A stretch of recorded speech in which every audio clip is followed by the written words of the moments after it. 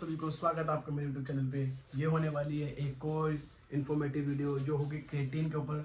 मेरे पास इंस्टाग्राम पे बहुत सारे मैसेज एंड कमेंट्स आए कि हमें क्रिएटिन लेना चाहिए नहीं चाहिए, तो उसमें से कुछ सिलेक्टेड जो कमेंट्स है वो मैं उसके ऊपर आपका जवाब दूंगा। तो चलिए शुरू करते हैं। मैं आपको इसमें क्रिएटिन के लगभग सारी इन्फॉर्मेशन मिल जाएगी आपको कि क्रिएटिन क्या काम करता है क्या नहीं करता। जो क्वेश्चन है लोगों के मैं वो उठा के बताऊँगा। 7 से 8 क्वेश्चन होंगे, ज़्यादा नहीं। तो उस क्वेश्चन का मैं जवाब देने की कोशिश करूँगा जो मेरे हिसाब से सही होगा। तो चलिए शुरू करते हैं।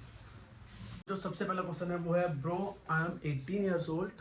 मैं आपको यहाँ पे स्क्रीनशॉट लगा के दिखा दूंगा कि जो भी स्क्रीनशॉट होगा। Bro I am 80 years old and about 50 kg। I want to gain weight and build muscle, so can I take creatine. देखिए, अगर आप 18 साल के हो और आपने अभी जिम जाना शुरू करा है, रिसेंट जिम जाना शुरू करा है, तो मैं आपको सजेस्ट करूँगा आपको भी क्रिएटिन की जरूरत नहीं है।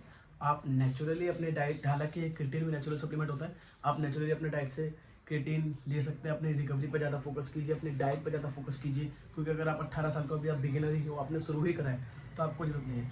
अगेन, अगर आप लेना चाहते हो तो हाँ, ऑफकोर्स आप ले सकते हैं। 3 to 5 ग्राम डेली बेसिस पे आप ले सकते हैं। उसमें कोई हार्मफुल नहीं है, क्रिएटिन इतना हार्मफुल नहीं होता।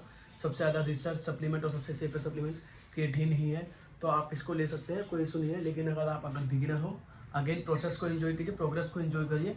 कम से कम 1-1.5 साल करने के बाद आप इन सप्लीमेंट्स की तरफ जाए। जब तक राइट जॉब चलते हैं हम दूसरे क्वेश्चन की तरफ, जो है how long should be take creatine until muscle growth और अंटिल वी स्टॉप एक्सरसाइजेस। तो इसका सिंपल सा आंसर ये है, अगर आप अपना गोल अचीव कर लिया, आपने मसल ग्रोथ कर ली अच्छी खासी, आपका गोल अचीव हो चुका है, तो आप क्रिएटिन बंद कर सकते हैं, कोई इशू नहीं है। और अगर आप क्रिएटिन बंद करना चाहते हैं तो उससे क्या इफेक्ट पड़ेगा आपकी बॉडी में, मैं आपको बताता हूँ। जब हम क्रिएटिन लेना स्टार्ट करते हैं तो हमारी बॉडी में एटीपी का प्रोडक्शन बढ़ता है। एटीपी हमारे को एक्स्ट्रा एनर्जी प्रोवाइड करता है जिम में वर्कआउट के दौरान, जिम में वर्कआउट करते हुए, तो हम अच्छा लिफ्ट कर पाते हैं जब भी हम क्रिएटिन लेते हैं। तो जिसने भी क्रिएटिन यूज करा होगा उसको इसके बेनिफिट पता हुआ है कि आपके स्ट्रेंथ में एक मोर लिफ्ट अप आ जाता है, कि आप अच्छा वेट उठा पाते हैं, अच्छा स्ट्रेंथनिंग कर पाते हैं। तो जब आप क्रिएटिन लेना बंद करेंगे तो आपका एटीपी प्रोडक्शन डाउन होता है, जिससे आपकी स्ट्रेंथ ट्रेनिंग में भी थोड़ी सी गिरावट आती है। या कह लीजिए, आप जो वेट आप पीआर लिफ्ट कर पा रहे थे, तो आपको उसको लिफ्ट करने में थोड़ा स्ट्रगल करना पड़ता है, जो आप क्रिएटिन के लेते हुए काफ़ी इजीली लिफ्ट कर लेते थे। तो क्या आपको क्रिएटिन रेगुलर बेसिस पे लेना चाहिए या बंद करना चाहिए? देखिए, अगर आप 3 to 5 ग्राम क्रिएटिन लेते हैं तो आप उसको डेली लॉन्ग टर्म तक चला सकते हैं, कोई इशू नहीं है उसमें, अंटिल आपको, जब तक डॉक्टर को प्रिस्क्राइब ना करे कि आपको ये बंद करना चाहिए। लेकिन आप 3 to 5 ग्राम ही ले तो ये सेफेस्ट है। आप 3 to 5 ग्राम लेके क्रिएटिन अच्छा खासा उसको लॉन्ग टाइम तक ले सकते हैं, कोई इशू नहीं है। और अगर आप बंद करना चाहते हैं तो मैंने आपको बता दें कि आपको थोड़ा बहुत अपने स्ट्रेंथ ट्रेनिंग के साथ स्ट्रगल करना पड़ेगा। That's it. जो आप पहले क्रिएटिन लेते हुए इजीली लिफ्ट कर पा रहे थे, उसको आप थोड़ा स्ट्रगल के साथ लिफ्ट करना पड़ेगा, बस। हमारी नेक्स्ट क्वेश्चन की जो है, I got severe constipation while taking creatine, can you please suggest how to overcome this problem. दो देखिए, अगर आपको कॉन्स्टिपेशन की प्रॉब्लम होती है क्रिएटिन लेने से, तो इसके दो ही इसके रीजन हो सकते हैं। सबसे पहला जो रीजन होगा, आपने क्रिएटिन अपने किसी ऑथेंटिक बायर से नहीं खरीदा है, किसी नकली सप्लीमेंट स्टोर से, या किसी ने आपको नकली क्रिएटिन चिपका दिया है। तो अगर आप वो नकली सप्लीमेंट लेंगे तो आपको कॉन्स्टिपेशन की प्रॉब्लम या पेट दर्द की प्रॉब्लम होना काफ़ी नॉर्मल है। तो आप उस क्रिएटिन को यूज़ करना अभी बंद कर दीजिएगा। अगर आपने कहीं से लिया है तो उसको वापस दे देना कि भाई ये तू रख ले, मेरे को मेरे पैसे वापस दे दे, क्योंकि क्रिएटिन से कॉन्स्टिपेशन तभी हो सकता है जब आपके क्रिएटिन या तो नकली हो या ऑथेंटिक ना हो बिल्कुल भी, या उसमें आप उसका ओवरडोज करो। तो सबसे पहला रीज़न मैंने आपको ये बताया है।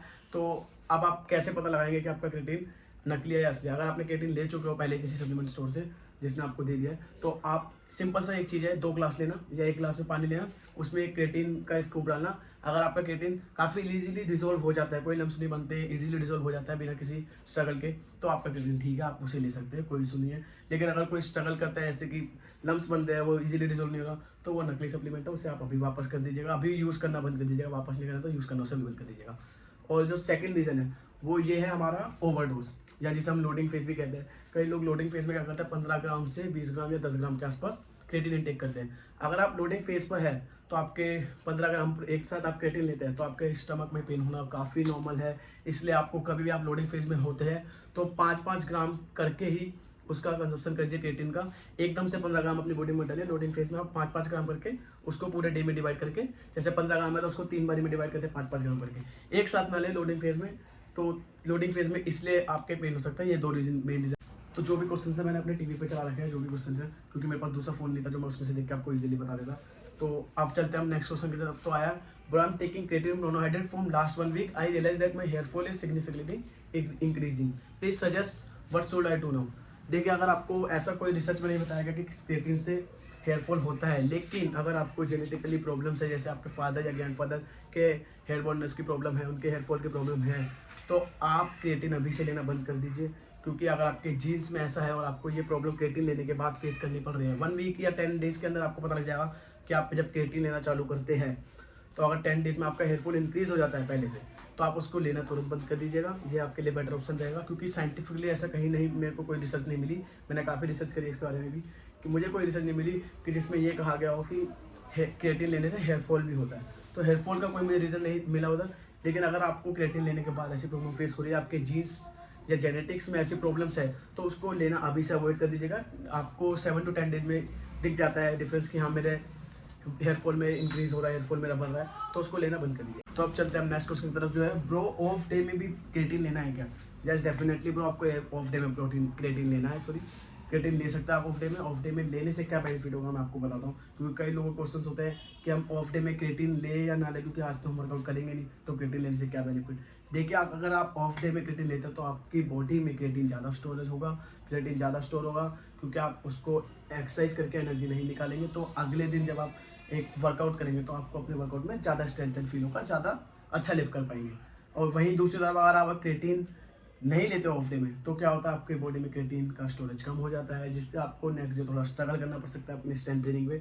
तो अगर आप क्रिएटिन लेना चाहें तो बेस्ट है कि आप ऑफ डे में भी ले, कोई इशू नहीं, आप ऑफ डे में ले सकते हैं 3 to 5। नेक्स्ट क्वेश्चन की तरफ, जो है यार मैं इंटेंस वर्कआउट करता हूँ बट ऑफिस के चक्कर में मैं कैलोरी सरप्लस नहीं कर पा रहा हूँ, कैसे गेन करूँ समझ नहीं आ रहा। तो देखिए इसका सिंपल सा एक वो है बेनिफिट, अगर आप इंटेंस वर्कआउट कर रहे हैं तो कोई फ़ायदा नहीं है मेरे भाई। अगर आप वेट गेन करने जाते हैं आपको कैलोरी सरप्लस में खाना पड़ेगा, चाहे आप कोई एक्सक्यूज़ कह ले या कुछ भी कह ले ऑफिस के चक्कर में, आप चाहे अपना लंच बना के लेके जाए, जैसे भी लेके जाए। ये बहुत सारे कॉर्पोरेट जो जॉब करते हैं उनका इशू यही रहता है कि हम ऑफिस में रहता है, हमारे ऑफिस में ये मील पूरी करने वाला बड़ा मुश्किल होता है।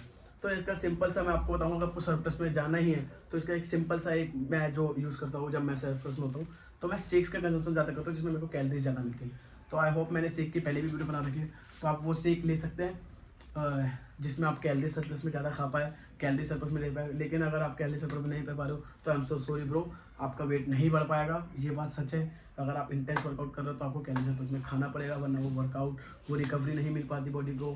तो प्लीज़ आप अपनी डाइट को ज़्यादा फोकस करिए, वर्कआउट इंटेंस करने से कोई फ़ायदा नहीं होगा। तो नेक्स्ट क्वेश्चन है ब्रो, क्या हम क्रिएटिन के साथ प्रोटीन ले सकते हैं? यस डेफिनेटली ब्रो, क्रिएटिन अपना काम करेगा, प्रोटीन अपना काम करेगा। आप क्रिएटिन के साथ प्रोटीन को ले सकते हैं, इसमें कोई इशू नहीं है। अपने वर्कआउट के बाद ले सकते हैं, वर्कआउट से अगर आप पहले लेते हो तो क्रिएटिन पहले ले सकते हैं, लेकिन आप दोनों को एक साथ भी ले सकते हैं। ऐसा कुछ नहीं होता कि मैं प्रोटीन के साथ क्रिएटिन लूँगा तो क्रिएटिन प्रोटीन अलग अलग, ऐसा कुछ नहीं। दोनों का डिफरेंट रूल है, डिफरेंट काम करता है दोनों बॉडी में, तो आप ले सकते हैं। बेचिंता या कलो कुछ भी मत सोच के आप क्रिएटिन और प्रोटीन एक साथ ले सकते हैं, कोई इशू नहीं होता। अलग अलग भी लोगे तो भी बेनिफिट है, दोनों को अपना ही काम करना है बॉडी में जाके। कोई उसका काम यानी कि प्रोटीन क्रिएटिन का काम कर देगा, क्रिएटिन प्रोटीन का काम कर देगा, दोनों को बॉडी में जाके अपना ही काम करना। तो नेक्स्ट क्वेश्चन हमारा, क्रिएटिन कितने टाइम तक ले सकते हैं?